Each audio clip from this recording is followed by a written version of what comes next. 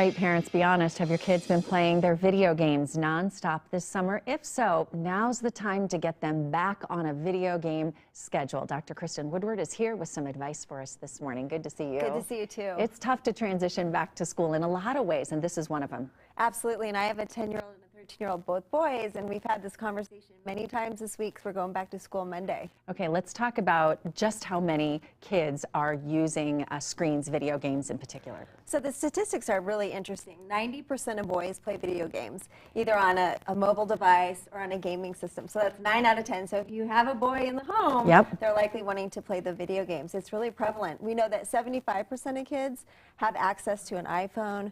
We hear that kids between 8 and 18 spend on average 7 hours a day looking at a screen. Wow. Is there proof that it's addictive? Because we see it, like it's hard to stop. But I'll call down to my son. He's like, I'm in the middle of a game.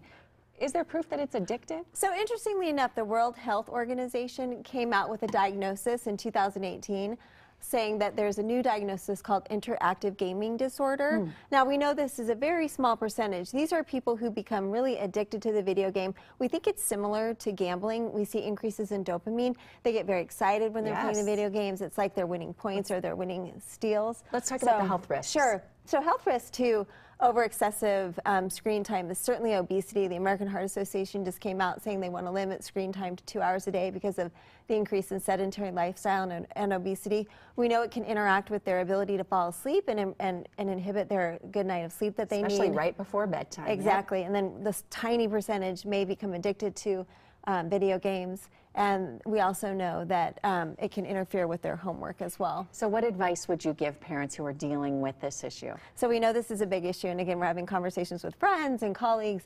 The most important thing is setting limits for your household and being consistent with those limits. Now, we know that kids, the American Academy of Pediatrics, we came out in 2016, revised the guidelines.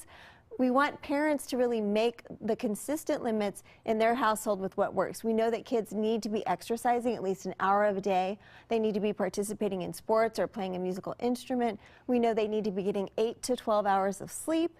And you want to have screen-free zones. So like in our house, the dinner table. You can't have your phone and you can't have your iPad while we're eating dinner. Even in the car, if you're taking a long car ride, having a conversation with your kid.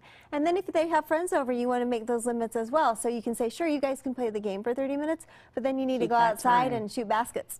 Yep, Ken here bought an hour, one of those sand timers. He said when the sand is up, you're done. Exactly. So some kind of limit. Yeah, Thanks so much. You bet. All right, we'll be right back.